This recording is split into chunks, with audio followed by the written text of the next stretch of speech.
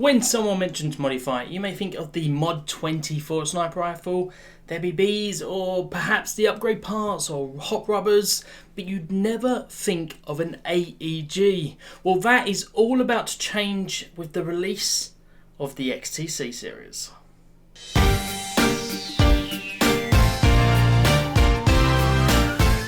What's going on? It's Graham from Airsoft Nation. Welcome to another video. If it is your first time here and you want the latest news, reviews and all other types of Airsoft related stuff, start now by hitting the subscribe button below and smash the bell so you don't miss anything. In 2016, Modify released the XTC G1. So I'm sure you're asking, why am I only reviewing this now? In 2019. Well, until recently, they've not really been readily available in the UK, and now with the XTC expanded up to 3 variations, we are looking at the PDW, the latest model, plus we're giving one away, so stick around to the end to find out more. Over the last few months, this gun has performed absolutely impeccably. And I know people always hype and overhype products and say, you know, laser-like accuracy. Well, screw it. This thing really is absolutely incredible out the box. But let's start with a review, starting with the externals. This is the XTC, stands for Xtreme Tactical Carbine, and it's Modify's first series of AEGs and comes in what is now 3 variations. The G1 is 14 inch, the CQB is 10.5 inch, and the PDW, which we have here, is the short 7.5 inch. Now, obviously we've got the rail differences and the stock differences, but internally they're relatively all the same. Inside each box you'll get a 190 round mid-cap, which honestly I think is the way forward. No more battle rattle, but it does beg the question, when does a mid-cap become a high cap? Leave your answers below. In addition to that, you do get a front sight adjustment tool, and yes, you do get iron sights, but I've removed them and I'll explain some why. You have, for you 90s kids, a slap-on wristband, a Modify patch, Modify sticker, which is a very nice patch there, Modify sticker, and a single target and some BBs. And of course, then you get the XTC, which first impressions count, and this is a lovely looking rifle. Full metal, except for the iron sights, pistol grip and the dust cover. At the front we have a full steel metal removable flash hider. Going down to the rail, this is the 7.5 inch, you get a top 20mm Picatinny rail, and then the other 3 sides are all key mod, which is very narrow, low profile, comfortable to carry and very sturdy. It's held on with 2 screws on the bottom and at the gas block at the front, so the rail has no movement at all. Along the top, as I say, it is 20mm, although you're going to want to put an optic on there, which I'll come to in the performance, but the range on this is absolutely insane. Moving down the receiver, we have a metal working charging handle to lock back and reveal the rotary design hop-up adjustment, which has a real nice kind of clicking for feedback, which is great to have. And then we have a working bolt release. Now, your spot there on the dust cover has kind of got a hexagonal or honeycomb design on what is, other than that, a quite plain looking receiver. And it really stands out nicely. Below that, we do have the Modify trademarks and unique serial number on a flared magwell. Moving back, we have the magazine release, right-handed only, then fire selector, which as you can see is again right-hand only.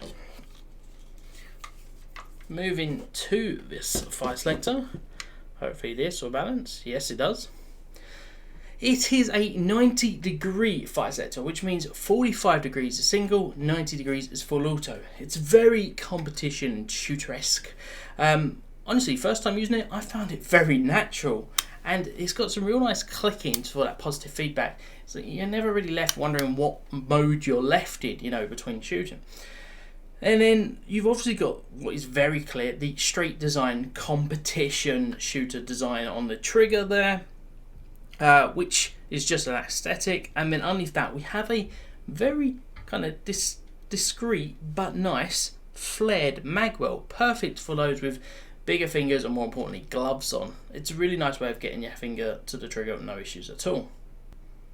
Moving down, pistol grip, it's Modify's own design, and it's very thin, significantly thinner than the Tippmann Commando. It's probably about the A2 size, but maybe even thinner, but it could just be perception because this thing is so narrow. Onto the stock, we do have a sling plate on the left hand side, so perfect for righties. Again, us lefties, we get left out in the dry, to a PDW stock which has 3 stages, and upon the 4th one you actually get to twist it around for the battery compartment. Talking battery compartment, oh, it's tiny. Removing the screw there reveals a Dean's connection with an internal fuse. Now I've been running an 111000 all around, but it is tight, although once it's in, it's in. Honestly, if you're using something like this and you want a small compact rifle, it's kind of your sacrifice to make. Now what is interesting with this design is it does have a quick release spring, so that you can put an Allen key in, remove the spring directly. And on the G1 and CQB, where they actually do have a retractable stock, it's actually got a 2-stage variable spring in it, which means you can rotate it once to release the compression and takes about 30 FPS off, and then twist it again to remove the spring. So you could have 350 FPS for your woodland sight, and then down to 320, so around that 30 FPS on your CQB sights. Internals. Now Modify has been known for their gearbox parts for years. They've kind of gone all out with the XTC. It does have a proprietary gearbox design which has 8mm bearings, and upon opening this up you kind of got your expected CNC machined steel gears, Modify ported piston made of aluminium, the cylinder head O-ring nozzle, their improved Taurus tappet plate, and then you're going to have a steel tooth piston which is either 7 or 10 depending on what spec you get. Now all of this stuff is Modify's own specs there. Going down to the motor, it is a Modify high torque motor which is made for high springs under compression. But what's interesting, the trigger is just standard contacts, so that's no MOSFET, no micro switch, which is a kind of odd move. But let's just talk about the performance. I've run this for 5 games now, and each time it's chronoed about 340 to 350 FPS with 18 rounds a second. Although I have heard some of these have come out hot, so it's something to check in your store, or at least before you get out onto a game site, although it's very easy to change with a quick Allen key at the back. Now for a rifle, this short and compact, I was hitting targets of up to 200 feet on a kind of torso size, provided, and this is provided, you're using good quality ammunition. So I was using .3s, and this is kind of why I've taken the iron sights off and was using an optic. The fact I wear contacts means an optic is kind of one of those things when you start hitting 150, 160 foot onwards. Now the trigger is nice, crisp, very short, even though it's lacking a MOSFET or micro switch. That said, even Modify have released a video of this firing for 7 minutes straight with no performance issues. But, of course, no rifle is absolutely perfect, so let's look at some of the flaws here. Now, personally, this is a high-performing rifle, and it's pretty much a force to be reckoned with when you're on the field. It's that kind of good out of the box. It is a premium product, but it really performs well. Internally though, the lack of a MOSFET, due to that long-term effect on the trigger contacts, especially if we're using 11.1s, it causes a little bit of concern. The fact it's proprietary design means if you want any upgrades, you have to go to Modify directly. So if you're into tinkering and opening this up, it's probably not the rifle for you. And the externals, beautifully made, very nice construction. However, the paint job just leaves a little bit lacking. It's that matte effect which you'll see scratches, especially when you start rubbing it against stuff and hitting against trees. Now it's not a problem for me personally, but I'm sure a few of you out there will want something that looks brand new a year later, and this is a rifle you're probably going to need to touch up if you are really kind of scraping it or hitting into walls. It's one of those paint effects that does get rubbed off over time, especially around the trigger guard area when you're changing the firing modes. And then finally, PDW specifically here, the battery compartment is going to be a big problem if it's something that you're not happy with. But like I say, It's kind of your sacrifice. With a PDW, you want something compact, that is your battery storage space. Although I have heard Modify are working on creating a little extension for the end there. And of course, the fact that this is personal feedback and personal negatives, the lack of support for left-handed players. It's primarily the sling plate. That's the issue. You can't put a sling plate. I can get away with the fire selector, I can get away with the mag release, but the sling plate there, it isn't reversible. I personally am interested in the XTC series, but the PDW is out of the window, and it will probably be the G1 or CQB for me. Overall though, the XTC series, and the PDW in particular, is an absolute powerhouse on the field. And slaying people left, right and centre. It got to the point where I was having players with a similar PDW coming up to me asking what I was using, because I was outperforming them, outranging them all day long, and it's quite honestly been one of the best performing rifles I've ever had the pleasure of using. That's out the box.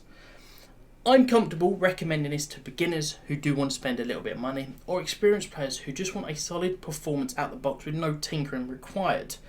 The fact it's got 3 rifles and 3 lengths means you can kind of pick what works best for your style.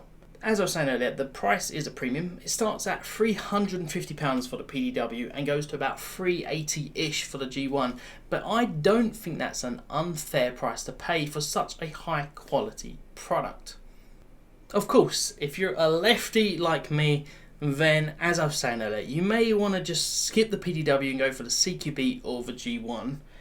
And truth be told, I can easily say this is a must-have purchase on my 2019 list, the G1 or the CQB. So, well done Modify, absolutely well done on your first set series of AEGs. For more information, photos and a full list of who has the Modify XTC series in stock right now, jump in to airsoftnation.co.uk. The link is in the description below. A big thanks to Longbow for supplying me this rifle to review, and of course providing one for the Airsoft Nation giveaway. If you want to be in a chance to win a Modify XTC rifle, all you need to do is click the competition link in the description below. That will provide you several ways to enter the competition, whether it's leaving us a like on Facebook or a comment on this video below. The full details can be found on that page, and the competition is open until the 2nd of June, where we'll be pulling a winner live at the Midland Airsoft Fair, and I hope to see some of you there. Thank you so much for watching, good luck to all that enter, and I'll see you next time.